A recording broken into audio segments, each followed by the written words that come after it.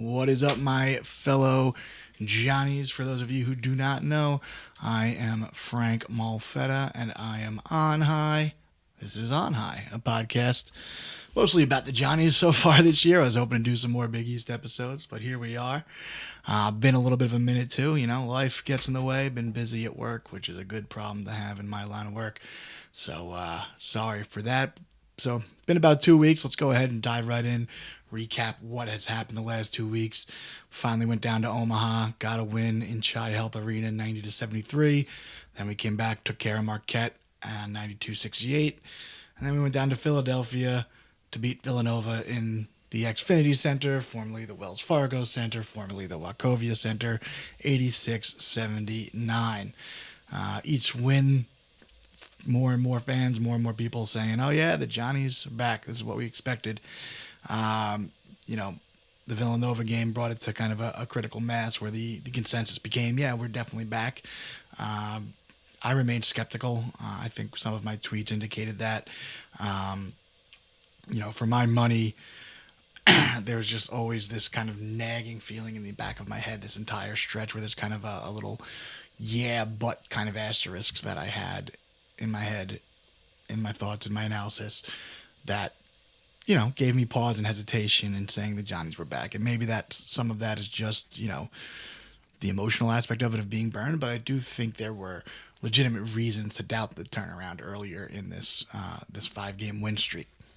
For instance, Butler. Very soft inside. I covered this on the podcast I did after that Butler win. They gave up 39.3 points per game in the paint, and they turned the ball over a ton with their true freshman point guard. The Ajayi foul trouble also helped us in that game because then they really were soft inside without Ajayi around. And so, again, I discussed all that in depth. Creighton, another team, just incredibly soft inside. They don't have any presence there. They're not a good rebounding team on either end, but particularly on the offensive end. They don't even attempt to rebound. They've never attempted to rebound. They had 7-foot doofus Ryan Kalkbrenner for 5 years, and never even attempted to offensive rebound. They turn and run back when the ball's in the air. So our biggest weakness all year, as I've covered, has been opponents' offensive rebounding. They weren't ever going to beat us on the glass. So that's not impressive, and that kind of put that asterisk there for me. And they're also a team that just doesn't force turnovers, so they were never going to be a team that put pressure on Ian Jackson and his ball handling abilities. They're not a team with athletic guards that would give Dylan Darling a problem. So, and they're just not athletic overall, so I think we had a huge athleticism advantage in Omaha. And again, this left me feeling I couldn't bring myself to say that they were back yet after the Creighton win. Marquette, Marquette is just ass this year. We blew them out as we should, so that's positive, but, I can't really take much from that. It's practically a bye game at this point, or a bye game caliber win at this point. Villanova, another team, very soft inside. They were allowing their opponents to take down 1/3 of the rebounds on the offensive glass, and they allowed 34.9 points in the paint. They don't have any real shot blocking presence, and again, just not a particularly athletic team. A very good team, no doubt. I don't want to make it sound like I'm poo-pooing Villanova and poo-pooing the win. I just think, the teams in this league do not have most of the teams in this league do not have the Jimmies and the Joes and the schemes to give us pressure, to give us a problem, to put us in positions that we do not like to be put in. Providence did that. Providence played us physical. They played us strong. They have rebounding, and it showed. And that's what we've lost to all year. We've lost to those physical, athletic teams that can clean the offensive glass, that can block our guards when they're trying to drive into the rim, and even block our bigs. Look at it, Alabama, 13 offensive rebounds. They had 30.4% offensive rebound rate, 5 blocks on the defensive end. ISU, 11 offensive rebounds, which is less than Bama, but that was actually 44.7% offensive rebounding percentage, which is god awful. and it's so high because they really just didn't miss too many shots that game. Momchilovic was unconscious. Jefferson had a great game. Lipsy. So, yeah, they killed us on that glass too. They only had one block. Not a great team interior-wise, and I think that's one of the reasons why we were able to keep it close is that the interior defense is not there for ISU as good as they are defensively on the perimeter. Auburn, they had 8 offensive rebounds, which is even lower than ISU, but that was an even higher offensive rebounding percentage of 48% because that was just a very slow-paced game. They had 5 blocks in the defensive end, so again, just really stifling us at the rim. Kentucky, no surprise here, 13 offensive rebounds, 48.5% offensive rebound rate, and 7 blocks on the other end. I mean, I think they had 4 in the first 2 minutes of that game.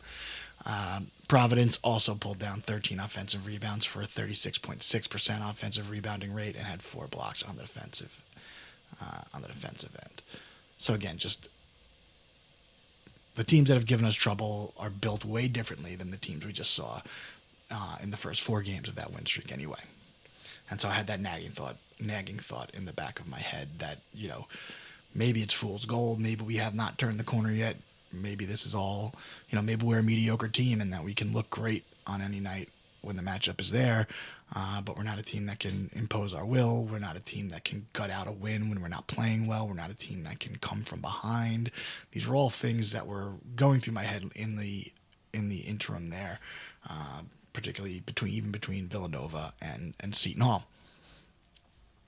And frankly, we hadn't proven that we could do any of those things. We had not really come back from a deficit of something we've talked about here, that our wins are wins where we've gotten out to leads and kind of clung on till the end or just ran away and blew a team out. We've never been able to get tested, take a punch, and come back. So those were the concerns coming into the Hall game. And I really liked the Hall game as kind of a benchmark of whether this turnaround was real. You went out and beat a really good quality team on the road in Villanova. You stifled some good offenses in Butler and Creighton. You blew out a team that is absolute ass that you were supposed to blow out. Could you go out there and beat a team that is built and designed to exploit your weaknesses? Because that is exactly what Hall is. They are a team that offensive rebounds really well. They're a team that rebounds the defensive end really well. They're a team that protects the rim really well, and they're a team that forces a lot of turnovers. They're the best shot blocking team in the country, just to go back to that, focusing on the rim there, protecting the rim. 18.7% of opponents' possessions end in blocks, which is just absolutely fucking insane. They pulled down 7 offensive rebounds in this game, which, again, doesn't sound like a big number, but it was a 46.2% offensive rebounding rate. So, again, rebounding woes really hurt us in this Seton Hall game on the cleaning our defensive glass. But, again, we found a way, and I think that's what's really impressive about this. On the turnover front, they posted, coming in, they were the 8th highest opponent turnover percentage in the country. So, again, a defense that could really test Ian Jackson in his ball handling abilities. I don't think they were ever really going to test Dylan Darling as much because I felt like this was a good game for Dylan Darling. I felt like Bud Clark was a good matchup for Dylan Darling. But it was definitely a game that was designed to test Ian Jackson. And, for 27 minutes, it looked like this team was not up for the task once again. I mean, you were giving up. You're getting crushed on your defensive glass. They were pulling down so many offensive rebounds in that first half. They were forcing turnovers in that first half. They forced Ian Jackson out of the game after only 11 minutes because he couldn't handle the ball. Hall took a 6-point lead into half, opened up the half on a 9-0 run. And if you were like me, you were rolling your eyes because you've seen this movie before and you know how it ends. So they had that 15-point lead.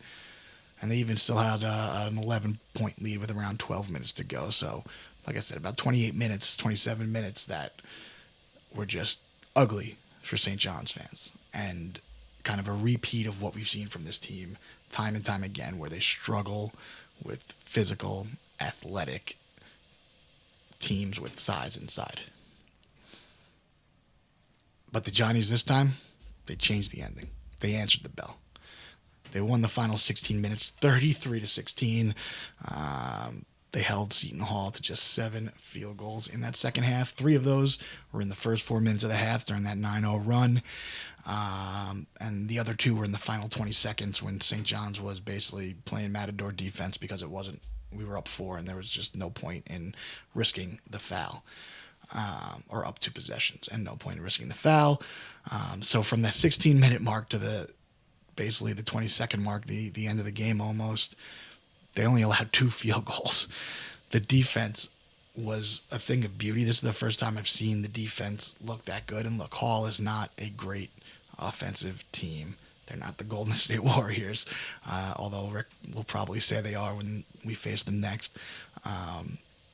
But they took it to us for 24 minutes and had a 15-point lead. So, they were doing something right offensively, and we were doing something wrong defensively. And when we've seen that happen in the past, the team collapses, it spirals, and we get blown out or we lose a close one or whatever the case may be.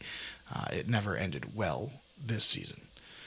And just to touch on the defense again, that the second half, like I said, there's only those 2 field goals in about almost 16-minute stretch. We also kept Seton Hall off the glass in that second half. There was only 6. They only had 6 offensive rebounds and 20 opportunities in the second half. So that means we had 14 defensive rebounds. That's a defensive rebound rate of 70%. That's okay. It's not great, but it's better than our season average of 64.4%, and it's far better than what we did in the first half. The first half, we had 7 defensive rebounds to Seton Hall's 12 offensive rebounds. So you can do the math there, but that is almost a 70% opponent's offensive rebounding percentage. So we basically flipped the entire script there. They had more offensive rebounds than we had defensive rebounds in the first half. It's just absolutely wild. So yeah, they had just 6 in the second half and 20 opportunities. So we really made a concerted effort to get on the glass and clean those boards, and that's what we did, and it made all the difference. I mean, this game was won with the defense. It was won with that rebounding. It was won with the 6 steals that we had in the second half. And kudos to Mitchell and Darling, each putting a couple of steals there. So, the defense was fantastic, and the offense actually still looked like absolute garbage in the second half. And that's why I found this so impressive, was that we've heard Rick say it explicitly that this team has let poor shooting get in their heads and affect their defense. And what he's asked of them in press conference after press conference is to play defense every possession, play it like your life depends on it. Put some numbers on it. First half, 42.3% from the field. The second half, 30.3%. First half, 25% from 3. Second half, 12.5% from deep. First half, 75% from the stripe. Second half, 66.7% from the stripe. So the offense fell off pretty hard in the second half from a shooting perspective. But we did it with the defense. We did it with heart. We did it with some grit and toughness for the first time all season. Let's face it. That's the first time this team has overcome adversity like that all season. We took the biggest punch. We took the haymaker. We went down 15, and we came back and crushed them in the final 16 minutes of that game.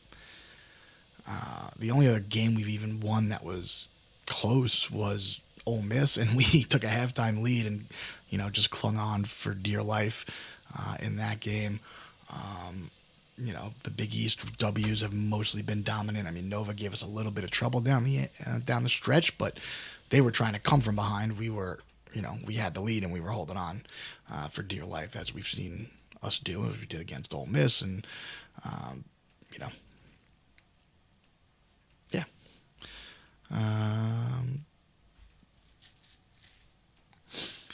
So let's go ahead and talk about some individual performances. This game was about the forwards, most certainly. Dylan Mitchell, double-double, 17, 11, 1, 2 steals, no fouls, and 1 turnover. And the no fouls there is so impressive and so key because he switches 1 to 5. He defends everybody out there. And to do that without fouling in 30, he played the whole second half, so in 36 minutes is just an incredible feat. And it wasn't like he was getting beaten because we frankly just didn't give up a lot of points in that second half. So he was playing great defense as he always does, and doing it without fouling and contributing on the offensive end as well. Interestingly, we've seen Dylan Mitchell have some assists and have a lot of success so far with the point forward role. We didn't see that as much in this game. Only the 1 assist. Zuby really took the reins on running the offense. We played through him. 6 assists for Zuby versus only 9 points. So he did a really nice job in that role. But his minutes were limited to 27 with the 4 fouls. So the Johnnies really had to find a way and kind of rely on some other folks. Bryce Hopkins also pitched in the playmaking department with 4 assists of his own.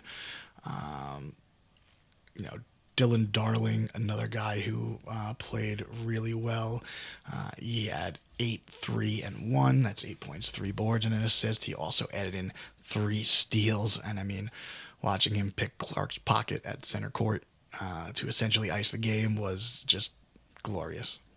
And I have a front row seat for that, and I loved every second of it. Bryce Hopkins mentioned his 4 assists. He also had 13 points and 8 boards, and also just the 1 personal foul. So again, I think he's been playing much, much tougher in this win streak, and to see him play tougher and play better defense and do it without fouling much is impressive and a very encouraging sign. I think ever since he got kind of punked by Jameer Jones in that post game press conference and on the court too, I think he's really answered the bell. You could just see it when he goes up. He's going up a lot stronger for rebounds. He's battling. He's bodying guys up on defense. So I'm just really, really happy with the way he's coming around and the fact that he is really starting to do all the things that we need him to do if we're going to be successful.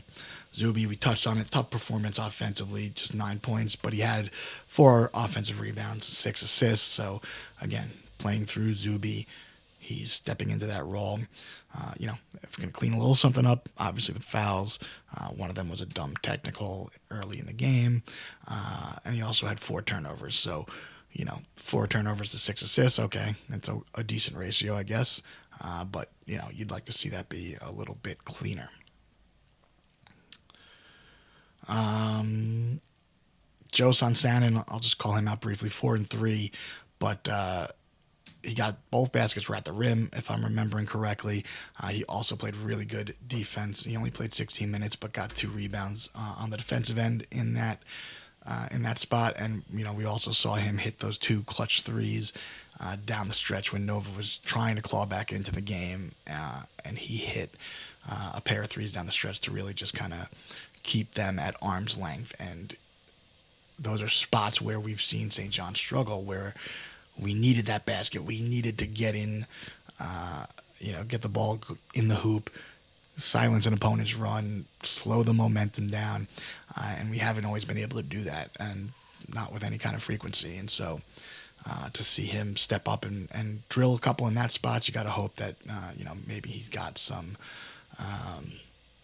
maybe he's found a little something and his shot's going to come back. He did come back and go 0 for 2 in the Seton Hall game. Okay. But he was 1 of 3 from the 2-point. And like I said, he played pretty well overall, I think, dumb turnover aside.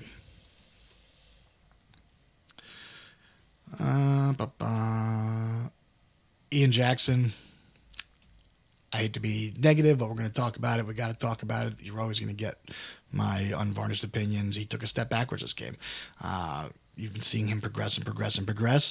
And this time you heard Rick say after the game in the press conference that this was not an Ian Jackson game, and that's the phraseology that he used. It was not an Ian Jackson game, which is a very odd thing for me. I hear that, and to me, that says there's some kind of matchup reason why Ian Jackson can't be in this game, and I just think that's worrisome. That one of your biggest portal additions, a guy who's a 6'5" guard that can do the things that Ian Jackson does, that has the athleticism that Ian Jackson has, for him to not be able to play because of a matchup issue, that's not it. That's not what you want to hear. Now, maybe Rick just meant that he was having an off night. That would be a little bit more understandable. But the way it was phrased certainly leads me to read it as there was a matchup problem with Ian Jackson, and that's why he found himself on the bench for most of the game. The ball pressure absolutely bothered him. He coughed it up won the first possession or two. He had 3 turnovers in just 11 minutes and 0 of 4 from the field. He still played good defense in that stretch, so, kudos to him for keeping his head in the game. He had a block and a couple of steals in his 11 minutes, so it seems the improvement is sticking on the defensive end. It's just a matter of getting him to take care of the ball a little bit better on the offensive end. And look, the guy is still learning how to be a point guard, and, I don't know about other people. I, for one, hope he comes back next year. I'm not going to say I'm bullish on the prospect by any stretch, but I think another year and a full offseason under Rick can really do wonders for him and help him kind of grow into that point guard role and really, use his talents and abilities to their maximum in a point guard role. Lefty, another negative, looked absolutely lost when he came in the game. Didn't provide the spark that I thought he could. I was calling for him at halftime saying, we couldn't make a shot. We were not getting to the rim. We were getting blocked at the rim. Why were we not bringing in, our second best shooter, I would say, probably after Isaiah Sellers. So that's a shame. But, Lefty, we've seen him have a bad game, have a good game, have a bad game, get 5 minutes, get 20 minutes. His usage and minutes have yo-yoed, but he's, kept his head in the game and is ready when called upon most of the time. I mean, he's never not given max effort. So just an off night shooting, and I think the physicality definitely bothered him a little bit. So, big picture keys here, let's call them. What's been the key to this 5-game winning streak? It's been going with the 3 forwards, Zuby, Hopkins, Mitchell in the starting lineup. Out of conference play, and not just putting them in the starting lineup, but, much higher usage and much bigger minutes for lineups featuring all 3 of them. In out of conference play, that was 11 games. They played just 8.5 minutes per game. In conference play, they've played in 7 out of 8 games, 91 minutes total. That's 13 minutes per game. And not only is it them playing more minutes, it's them improving and playing better together as well. And I think part of that is Rick finding the other pieces that work best with them on the floor. And some of that is them just learning how to play well with each other. In those 11 out-of-conference games, those lineups were just plus 1.2 in net efficiency rating, so that's your offensive efficiency minus your defensive efficiency.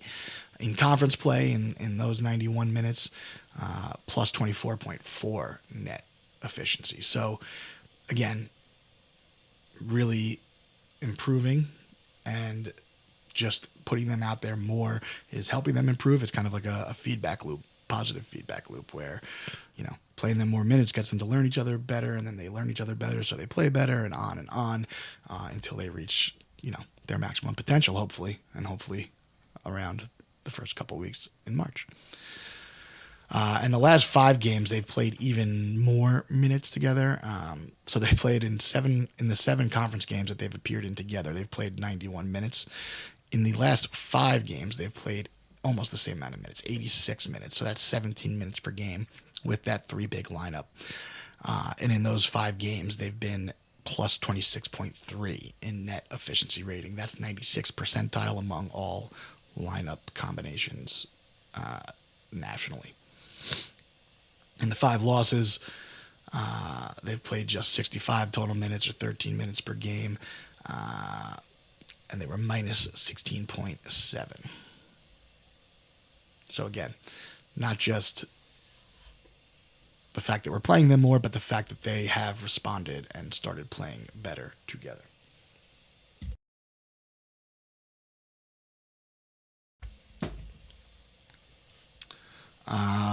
Talk real quick about individual player on-off net efficiency the last 5 games, because this kind of underscores the point. Bryce Hopkins plus 21 net efficiency rating the last 5 games. That's 93rd percentile. Zuby plus 15.9 the last 5 games, 87th percentile. Dylan Mitchell overall net efficiency was not great, but he does improve the defense by 8.6 points per 100 possessions in defensive efficiency. So that's 87th percentile, and that's really where he's made his impact in these 5 games. One other guy who's positive and has a really nice net efficiency rating in this 5-game win streak is Dylan Darling, plus 13.4. That puts him in the 83rd percentile. And again, I think all of these were just really good matchups for Dylan Darling, as far as guys who were slower, less athletic, could not exploit him on the defensive end. And so, when that happens, his grit, his toughness, his ball hawk pestering defense, they can really shine. And I think that's what we've seen in this 5-game win streak from Dylan Darling. If we're going to pick some nits, and, like I said, you're always going to get my unvarnished opinions. I don't hold back, and I'm not afraid to say what's on my mind. I don't really care what anybody thinks about me being negative or whatever the case may be. The one thing I've covered here again and again is the 3-point line. We need to make better use of it. Seton Hall is a pretty good defensive 3-point team, so I will give them that. But when you're having trouble getting to the rim, when you're having trouble with your forwards, and they can't just bully the other team's interior defense, when that's happening, you need to let the shots fly. We're not a bad shooting team. We're not. We shoot something like 35.5% on the season. I have it here somewhere. But yeah, we shoot 35.5% against high majors or on the season, something in that range. And so there's no reason why this team should not shoot the ball a ton from 3-point land. We are, here it is, 35.2% on the season. That's 72nd percentile. And if you filter out just for high major games, we are 35.2% as well. So still 74th percentile. So there you go. One thing that's translated really well for us in all games against high majors or our cupcake opponents has been that 3-point shooting. So, I would like to see more of that. And I think if you look at the games versus high majors, we're only taking 20.9 3-point attempts per game. That's 30th percentile. Whereas if I filter for the full season, we're taking 21.8. So still not great, 38th percentile. But let's see if I filter out just for quad 3 and 4 games. Yeah, you're taking a little bit better, 24 attempts per game for 58th percentile. So, I covered the math the last podcast. I think the math still maths. I think it still makes sense. We're shot just 45.2% at the rim versus Hall. That's 9th percentile. And yet we still took 31 attempts there. That's 52.5% of our field goal attempts in this game were at the rim.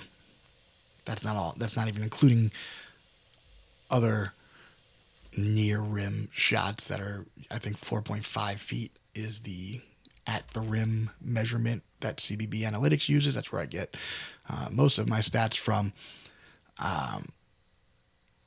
But there's also other paint shots that are further away than 4.5 feet that also get altered by strong interior defenses. So, we're taking, I think, closer to like 75 or 80% of our shots in this game from inside the arc, and over half of them at the rim. Meanwhile, we were getting swatted, we were getting bodied, We got to the line. We did that. We did get to the line a fair amount, but you got to start shooting the ball and letting it fly more when you're the one that's getting bullied inside. Creighton and Butler games, we also didn't shoot a ton of threes. I'm sorry. We also didn't. We did shoot a lot more threes. Sorry. Did shoot a lot more threes. We didn't go to the rim nearly as much. We were a lot more selective about going to the rim. And again, these are two teams that are not really going to scare you at the rim defensively. But nonetheless, we were content to play the mid-range and the three-point game against these two teams. Versus Creighton, 13 of 17 at the rim. So only 17 shots at the rim. That's a field goal percentage of 76.5 if you do the math. So that's 84th percentile. And against Butler, even better. We were 13 of 16 for 81.3% field goal percentage at the rim. That's 90th percentile. The problem, though, as I see it, is we had one bad shooting game against PC, and then we instantly started to scale back. We had season highs of 27 against Georgetown and 31 against PC three-point attempts. The last three games, we've averaged just 15 three-point attempts. Now, against Marquette, against Villanova, that didn't matter. We were never going to get trouble from those teams inside. We were never going to get trouble from Marquette anywhere. But against Seton Hall, it hurt us trying to go inside that much. We eschewed the three-pointer for the rim against the most physical and toughest team in this stretch, the best interior defense in this stretch. So it doesn't make much sense to me from a game planning perspective. It's not last year's team. It's not a team that has to overcome your interior defense because they can't shoot. It's a team that can shoot at a really good rate, 35%. You got to do it. We need more of it.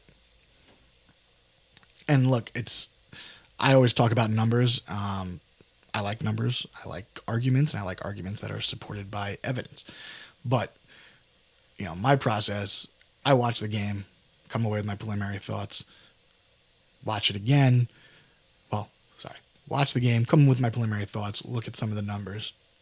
Then I go and watch the game a second time and with those numbers in my head to see if there's anything that's in the eye test that, is not jiving with the numbers or anything that is, correlating with those numbers. And so in this case, the lack of three-point shooting, to me, it correlates with the numbers and my eye test because where I'm sitting, I'm seeing a lot of guys pass up good looks. I saw Jackson do it, Sannon, Sellers, Hopkins. They've all passed up good three-point looks in the Seton Hall game and in plenty of other games this season as well. And so shooters got to shoot. Shooters shoot. Why do our shooters not shoot? We need them to shoot more. And again, we're 60.1% at the rim against high majors. That's 55th percentile. That's not great. 35.2%, as I said, that's 74th percentile from deep. So you got to do it. You got to shoot more. And also, I don't think that's incompatible with playing through Zuby, which I think is, the better way or one of the best ways for us to play. I think, between playing through Zuby and the Dylan Mitchell point forward stuff, that's what we're going to see and how we're going to see the offense run most of the rest of this season. And so I don't think shooting the three is incompatible with that. We see in the two highest three-point attempt games we had, Georgetown and PC, Zuby had 7 assists and still took 9 field goals and got to the stripe 13 times. We were still playing through him, but we hit a season high in three-point attempts. Against PC, Zuby had 2 assists, 16 field goal attempts, and famously got to the stripe 23 times, which is an absolutely absurd number. But again, we were playing through him predominantly and still got a lot of threes off. And look, some nights they're not going to go in, and when they're not going in, you've got to find another way, and we didn't find that way in the PC game. And that's why we kept shooting even when we were not making them. But that shouldn't stop you from trying again the next game. And look, Zuby playing through him is great, and a lot of what he does is kind of set up those three-pointers with his screens around the arc, his handoffs, the pin downs and the screens that he can set. So, and of course the kickouts that he can make when he gets the ball in the low post. So you got to do it. Just shoot more threes. It's not hard. Shoot more threes. Ian Jackson, we touched on. He took a step back. That's all there is to it.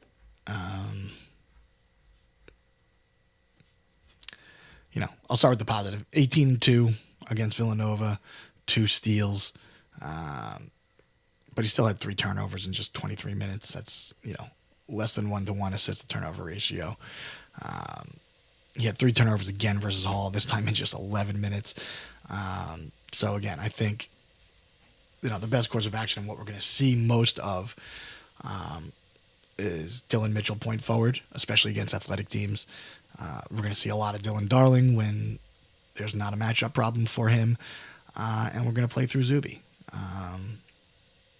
But, Ian Jackson, 2.5 assists per 40 minutes, 1.2 per game. It's not going to cut it. And like I said, I want to see him back, and I'm happy to see him back to try to be, a point guard next year. I'm not going to put all my eggs in Ian Jackson point guard basket when we hit the portal in March, but or hopefully April, dare I say. But I'd like to see him develop and get into that role, because it's a role he's only been doing for 6-7 months now. Maybe he can grow into it with another year of Rick's tutelage. But again, you're never going to put all your eggs in that basket. And frankly, we need Ian Jackson to at least stop coughing the ball up. He's got the athleticism to get to the rim and finish at the rim, probably more so than any of our other guards. And so when he can do that, that opens up the offense more. And, we need him to be able to do that, and we need to be able to trust him to handle the ball and create a shot and get to the rim without turning it over.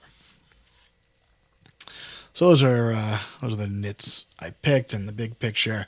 Let's dive in to the metrics. You know me, I love my metrics. Let's do a little quick metrics update. St. John's up from 28th to 26th in WOB. I've spoken about WOB before. It's the key resume metric. The NCAA put it out last year. Bart Torvik's been doing it for years on his own. And the way it works is basically you take the probability that an average bubble team would win the game.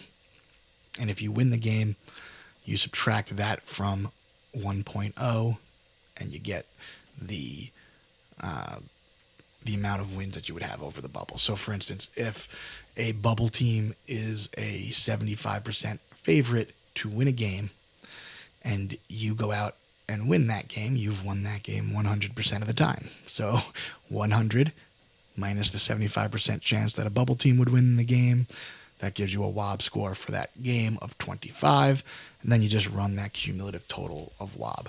And the beauty of WOB is in its simplicity. It's not concerned with how you won. It's not concerned with anything other than the likelihood of winning and the fact that you won. Period. Full stop. Now, the probability is based on the efficiency metrics of a average bubble team versus the opponent you're facing. But again, if I win by 30 or I win by 1, my WOB score for that game is going to be the same. And then if you lose, you get the deduction of what an average bubble team's probability of winning would be. So if it was 75%, you get minus 0.75 from your WOB score, your cumulative WOB score. So again, stayed at, or went up from 28th to 26th. The other resume metrics, KPI, my absolute least favorite metric in the world. It's like a busted up, overcomplicated, put in too many fucking factors version of WOB. 18 we're up to in KPI. That's our best resume metric. That's up from 21 before the Seton Hall win. And we've remained flat at 26 in strength of record. That's ESPN's metric.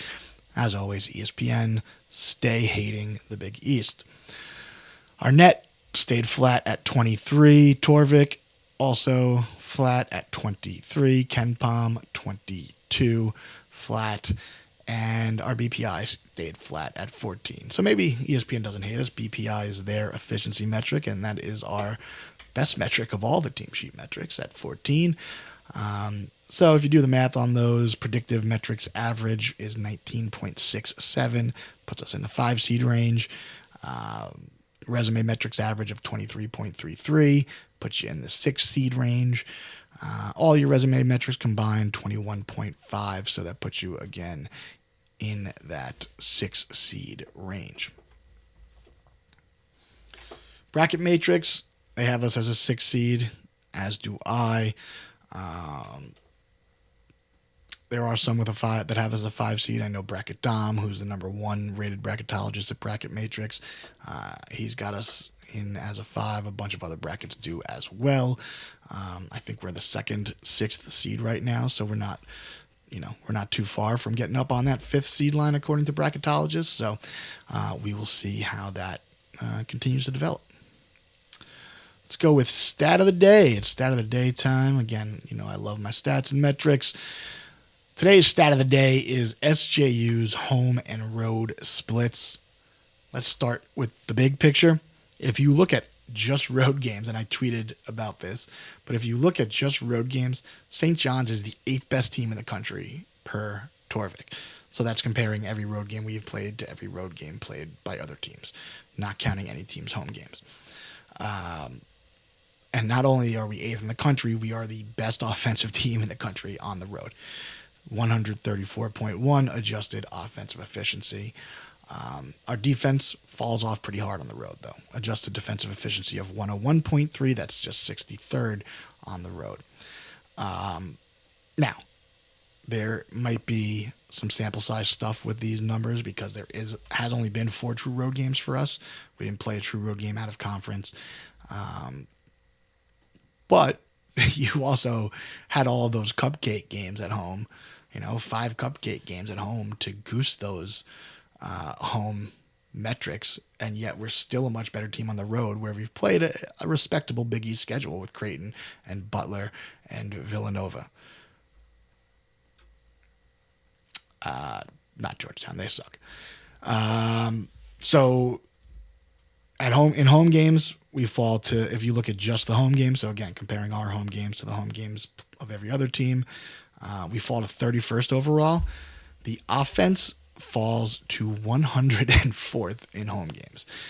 Now, part of that is obviously most teams are much better at home offensively. And so, 112.9 adjusted offensive efficiency would be higher if you're looking at road games or if you're looking overall. But at home, most teams play better at home, especially offensively, but also defensively on both sides of the ball. So 104th in offensive efficiency adjusted at home. Not great. For some reason, we have not been able to shoot the ball very well at home. Our effective field goal percentage on the season, 52.5%. That's 64th percentile. Road, 58.4%. That's 99th percentile. So that's really impressive shooting on the road. And again, there's only a 6 percentage point gap there. Again, that's not the difference between 64th and 99th percentile overall, just on the road, because most teams shoot worse on the road, except, we are one of the exceptions. And at home, our shooting is a lowly 51.2%. That's 34th percentile. So again, just a 1% difference from our season, but because most teams shoot better at home, it's a significant drop in the percentile. 3-point percentage, road, 46.4%. 3-point shooting on the road, that's 100th percentile. 1 of 1. At home, just 31.4%, 22nd percentile. And as we covered earlier, 35.2% overall on the season. Now, if you were listening carefully, you might have noticed the defense does improve at home pretty significantly by a full 9 points, and from 63rd percentile to 15th. From 63rd ranked to 15th ranked. So that's really positive. And look at a defensive stat. Road games, defensive rebounds, just 22.3. That's 35th percentile. And, we've documented the road rebounding woes. We've documented the offensive rebounding. I'll get it right the third time. We've documented the defensive rebounding woes of this team time and time again. And, it really rears its ugly head on the road, where they're 35th percentile in defensive rebounds per game. At home, 27.4 defensive rebounds per game. That's 83rd percentile. Obviously, much better defensive rebounding team at home, and that's what correlates to that much better adjusted defensive efficiency at home. We also take care of the ball much better on the road, which is another anomaly that helps the offense on the road, just 9.7%. Turnover rate at home, 14.8%. So that's 99th percentile for the road, 36th percentile at home. Some of that is matchup based, like we covered Creighton. They don't turn the ball over. They don't turn opponents over. Butler can force turnovers, but we did a good job of taking care of the ball against them. So again, there could be some of this sample size issues that are causing some of these anomalies, but at the end of the day, the stats are what they are, and we'll see, if these trends hold up as we continue to go through the season. All right, game balls. Creighton, tough to choose here. There's a lot of options depending on what you wanted to value, but I'm going lefty, baby. Brought the spark and energy off the bench, led the team in scoring, 5 of 8 from deep, 17 points, 4 boards, 2 assists, and a steal in 29 minutes. Marquette, Isaiah Sellers, 24 points, 2 boards, 2 assists, 4 and 9 from deep, 9 of 16 overall, threw in a block for good measure. Villanova game ball, Bryce Hopkins, 26 and 2. That's 6 boards and 2 rebounds. 6 boards and 2 assists. Also threw in a steal and a block for good measure. 6 of 14 from the field, 8 of 10 at the stripe. He just created mismatch issues for Villanova. And I think overall, this 5-game winning streak since Providence, I touched on it above. He's been so much tougher. He's playing a lot stronger. He's going up harder, being more physical defensively, and so those are all really positive signs. And hopefully, we continue to see that from him. Seton Hall, no doubt about it here. This one's Dylan Mitchell with the double-double, 17 and 11 boards, 1 assist, 2 steals, 7 of 14 shooting, and most importantly, just played absolutely elite defense. You can't overstate enough how important Dylan Mitchell is to this team's defense. And, if this defense is going to continue to play like we saw in the second half against Seton Hall, it's going to be because of the versatility of Dylan Mitchell and Zuby. We saw it all year last year with Zuby and every guy in that roster with their ability to switch, with maybe the exception of Davon. And this year with having another guy at, around Zuby's size, equally athletic, and who can also switch 1 through 5, really makes defense a lot easier. And so, he needs to continue to do that, and anything you get from him offensively, be it the games where he's dishing out assists, or a game like this where he's cleaning up the offensive glass and putting in 17 points, that's just gravy. He's here for his defense first and foremost, and anything we get from him offensively is just a bonus. But he really, he carried the day. We needed him offensively against Seton Hall, and he delivered. All right, let's preview Xavier. Rick going for career win number 900 versus his son. Xavier, they're okay. They're not great. They're not bad. They're kind of in that weird, meaty middle of the Big East where it's almost impossible to separate any team from Seton Hall down to, I don't know, whoever you rank above Georgetown and Marquette. I guess for most people that would probably be Xavier or DePaul. But, that PC, Butler, DePaul, Creighton crowd, I just find it hard to distinguish among them or rank them in any real way. They're all just kind of there. They've been inconsistent. They beat Georgetown, they beat Providence, they beat Butler, but they lost to DePaul, Marquette, and Creighton. Marquette one particularly stands out. But again, they beat one of the worst teams in the league, lost to the worst team in the league, and then they've gone 2-2 against the teams that I would put on their tier: PC, Butler, DePaul, and Creighton. So inconsistent. Big key here: stop Trey Carroll. I heard Dave mention on his podcast, because they were watching the end of the Xavier Creighton game, that Trey Carroll's not getting enough love for how great he's played, and I think that's a fair assessment. I think Trey has been really, really good this year for Xavier, and when he plays well, they tend to win more games. They're 5-2 when he gets 20 plus points. The one of the two losses where he had 20 points and they lost was that Creighton game. They just lost by a point the other day, earlier this week. And frankly, that's a game they probably should have won. It's a road game, so that's always tough, but the game was there for them and they couldn't close it out. He's generally overall an efficient three-point shooter. He shoots 35.5% on above the break threes. He's awful in the corner, but it just doesn't take a lot of corner threes. He's 23.5% from down in the corner. But he's not a guy who's looking to hunt a three. He'll take them when they're there. And he's also pretty streaky from deep. He hit 2 or 3 last game. But the last time he hit 2 or more, he backed that performance. Or last time he hit 2 or 3 exactly, I think. He backed up that performance with an 0 for 3 game the next time out. So, he could be hit or miss from deep. If he's hitting them, then you gotta find a way to run him off the line. If he's cold, let him shoot. He's very capable of just chucking. He went 1 of 8 from deep against DePaul, even though they won that game. So, I guess, I know they lost that game to DePaul. My apologies. So, yeah, let him chuck if he's missing. But don't let him get hot.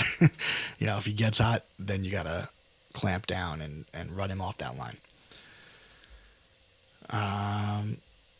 As a team, too, when they can shoot well from deep, they're successful. When they shoot 35% or more, they're 6-2. 2 losses were by a combined 2 points at Marquette and at Creighton. At home, they're undefeated if they shoot just 30% from deep. So, again, really important to kind of keep them off the line. I think, oddly enough, they play a little bit like St. John's, where, they have a guy that they kind of use as a point forward position in Philip Borovikinen.